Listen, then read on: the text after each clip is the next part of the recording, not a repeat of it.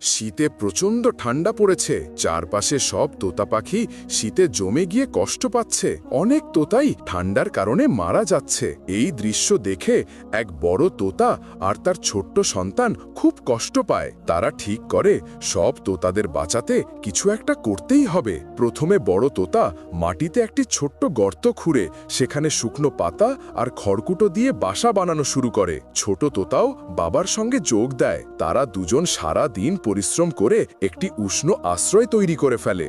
বাসাটি যখন বেশ গরম হয়ে ওঠে তখন চারপাশের সব তোতা পাখি এসে সেখানে আশ্রয় নিতে থাকে। সবাই ঠান্ডার কষ্ট থেকে মুক্তি পেয়ে খুশিতে চিৎকার করে ওঠে। কিন্তু বড় তোতার মন তখনও শান্ত হয় না। সে ভাবে এভাবে যদি ঠান্ডাই থাকে আবার সবাই কষ্ট পাবে। তখন সে দূরের এক উষ্ণ আগ্নেয়গিরির কাছে উড়ে যায়। সেখান থেকে গরম পাথর নিয়ে আসে। ছোট তোতাও পিছিয়ে থাকে না। সে বাবার সঙ্গে